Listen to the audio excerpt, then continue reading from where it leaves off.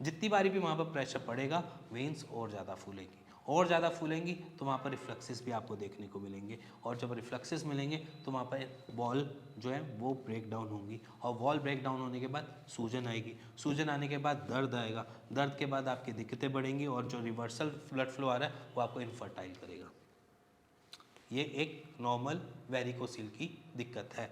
नमस्कार, मेरा नाम हिमांशु देवन और आज इस वीडियो में बेसिकली रिकरिंग या रीअकरिंग का जो दिक्कत आती है वेरिकोसिल में उसके बारे में डिस्कस करूँगा।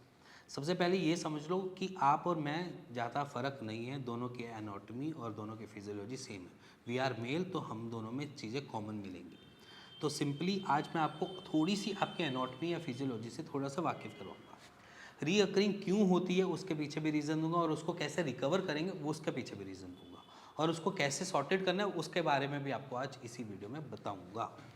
सबसे पहली चीज़ समझो कि हमारा जो स्क्रोटम है वहाँ पर कोई भी ऐसी मेजर बोन नहीं है, ठीक है।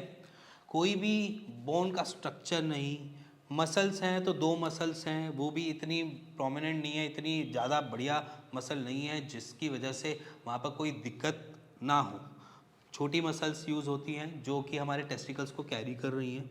इसके अलावा वहाँ पर कोई भी ऐसा सोर्स नहीं है जो उसको जकड़ के रखे या जो उसको बांध के रखे।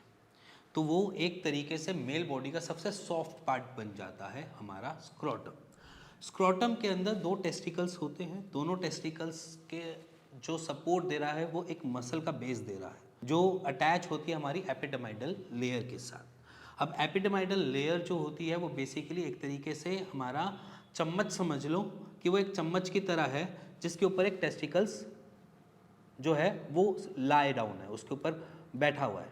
अब ये एक स्ट्रक्चर होता है हमारे स्क्रोटम के अंदर के टेस्टिकल्स का। आप समझो इसमें कि अगर यहाँ पर वेन और आर्टरीज, देखो यहाँ पर 3 आर्टरीज आ रही हैं और मल्टीपल वेन्स जा रही हैं ऊपर की तरफ। जो हमारे वेरिकोसील होता है वो हमारी वेन्स के अंदर होता है।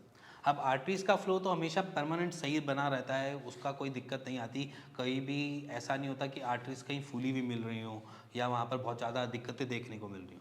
बट वेन्स जो होती है वो हमारा एग्जिट गेट की तरह काम करती है। अगर किसी भी ऑर्गन को कुछ भी चाहिए तो वो आर्टरीज के थ्रू लेगा और वेन्स के थ्रू उसको एक्सीट आउट कर देगा। इसलिए वेन्स जो कैरी करता है वो डीऑक्सीडाइज्ड ब्लड कैरी करता है, और उसके साथ साथ वो लैक ऑफ न्यूट्रिशन वाला ब्लड कैरी करता है, क्योंकि ऑर्गन उसमें से ऑक्सीजन भी ले लेता है, न्यूट्रिशन भी गैदर कर लेता है, उसके बाद उस फ्लो को आगे जाने देता है। जो वेरिकोसील बनता है वो हमारी वेन्स के अंदर बनता है। अब वेन्स के अंदर कैसे बनता है उसके पीछे भी डिस्कस कर लेते हैं। अब जो वेन्स है वो बेसिकली आपकी फूली हुई है, या जिसे मैं बोलूँ इन्फ्लेम्ड है, या जिसका साइज थोड़ा सा डायमीटर जो है वो बढ़ गया है, उसके पीछे रीज़न है आपके वहाँ पर होने वाला ब्लड फ्लो।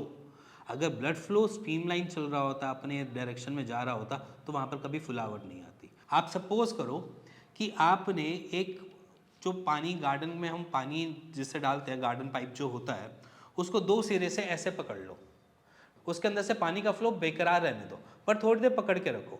आप जितनी देर आप उसको पकड़ के रखोगे, विद टाइम के बाद या थोड़े टाइम के बाद या आधे घंटे या 1.5 घंटे के बाद उस जगह में थोड़ी सी फुलावट आ जाएगी, जिस जगह से आप दो एंड से दो सिरों से पकड़ोगे। वो फुलावट जो होती है वो वहाँ पर पाइप का जो साइज़ है वो थोड़ा सा बड़ा मिलेगा, इंक्रीज मिलेगा।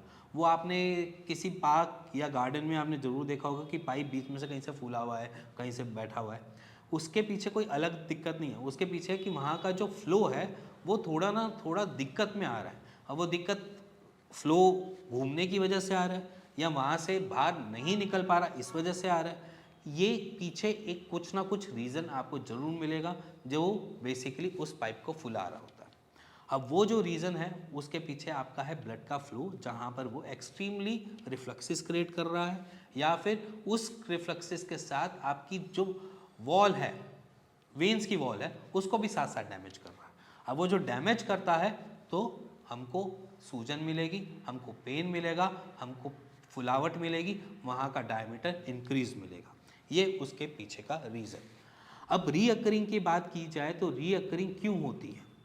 रीअकरिंग इसलिए हो जाती है क्योंकि कोई भी आप सर्जरी या कोई भी ट्रीटमेंट लेते हो उसके साथ आप लाइफस्टाइल नहीं सीख पाते।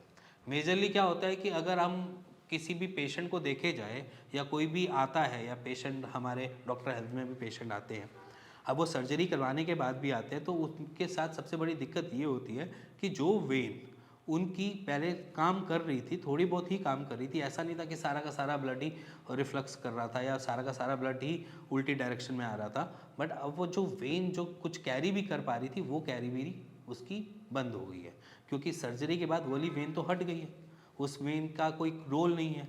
हमारी बॉडी का फिनोमेना ही एक ऐसा है जो अगर कोई भी वेन बंद हो जाती है, अपना ब्लड जो है वो किसी और वेन्स के थ्रू सप्लाई होना चालू हो जाता है। सपोज कीजिए आपके पास 20 वेन्स थी वहाँ पर, 20 वेन में से उन पे वेरिकोसिल 2 या 3 वेन में था।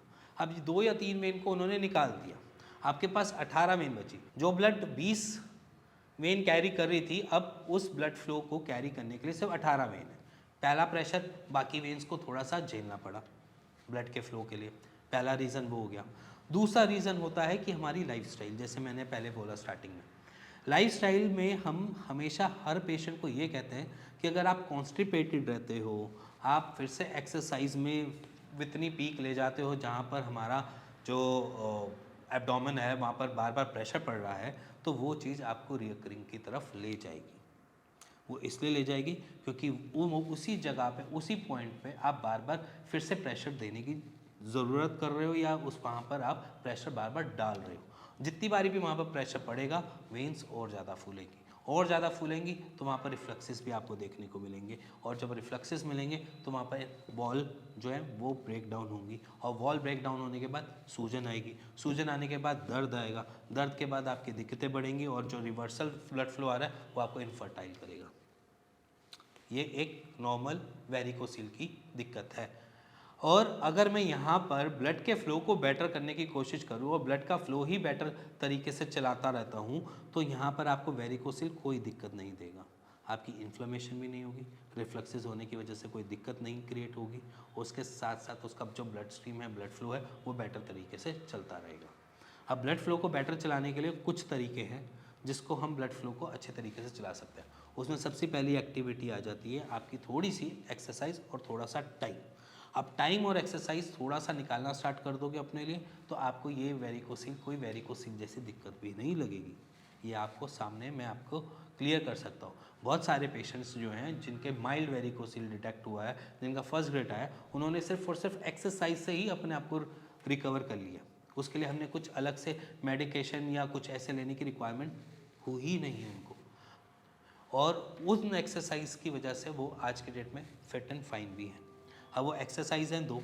एक सबसे पहली एक्सरसाइज, आपने अपने दोनों पैरों को दीवार के सहारे या किसी वॉल के सपोर्ट के साथ लाई डाउन हो जाना है, जिससे हमारा ब्लड का फ्लो जो हो टूवर्ड्स एंटी ग्रेविटी जाए, और टूवर्ड्स एंटी ग्रेविटी जाएगा तो हमारे वहाँ का ब्लड का फ्लो बेटर तरीके से फ्लो करेगा, और जब वो फ्लो करेगा तो वहाँ की जो सिम्टम्स हैं, जैसे रिफ्लक्सेस होने के बाद इन्फ्लेमेशन है, वो नहीं होंगी, जिसकी वजह से आपको पेन नहीं मिलेगा। दूसरी चीज़ क्या है कि आपने अपनी डाइट में थोड़ा सा रिफॉर्म कर लेना है। डाइट कोई ऐसे मेजर नहीं है कि जिसमें मैं बोलूँ कि आपने बहुत सारी अलग अलग चीज़ें खानी है। आपने सिंपल चीज़ें खानी है कि आपने अनियन, गार्लिक जैसी चीज़ों को ज़्यादा यूज़ करना है, जो हमारे खून को पतला रख पाए। हमारे खून को जितना पतला रख पाएगा उतनी वो हमारे लिए ज़्यादा बेटर तरीके से पास ऑन हो सकता है। जैसे मान लीजिए अगर आपका ग्लिसरीन, देखिए किसी ने ग्लिसरीन, जानते हो कि सब लोग ग्लिसरीन या कोई ऐसी हार्ड कंपाउंड जिसमें हार्ड हो, उसको फ्लोट करवाना या उसको फ्लो करवाना टास्क होता है। वो इसलिए टास्क होता है क्योंकि उसकी डेंसिटी बढ़ी जाती है, उसकी वॉल्यूम जो है वो थोड़ा सा बढ़ जाता है, डेंसिटी बढ़ जाती है।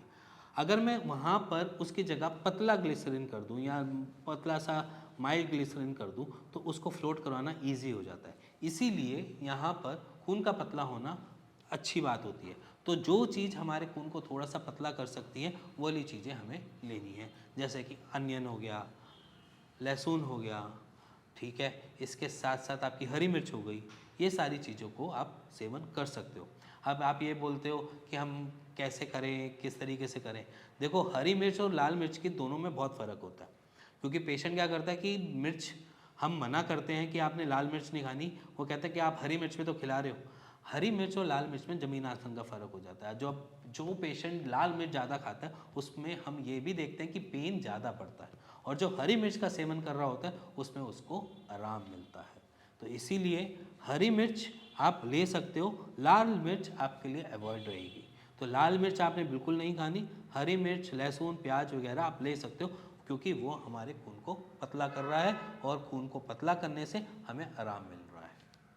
इसी के साथ अगर आपको कुछ भी जानना है, समझना है, कोई भी मन में अंदर डाउट है, कुछ ऐसा लग रहा है कि मैं पूछ सकता हूँ या मैं बताना चाहता हूँ अपनी भी बात, तो भी आप नीचे दिए हुए नंबर पे मेरी टीम से बात कर सकते हैं और उसका एक राइट सॉल्यूशन ले सकते हैं। इसी के साथ मिलेंगे नेक्स्ट वीडियो के लिए, तब तक के नमस्कार।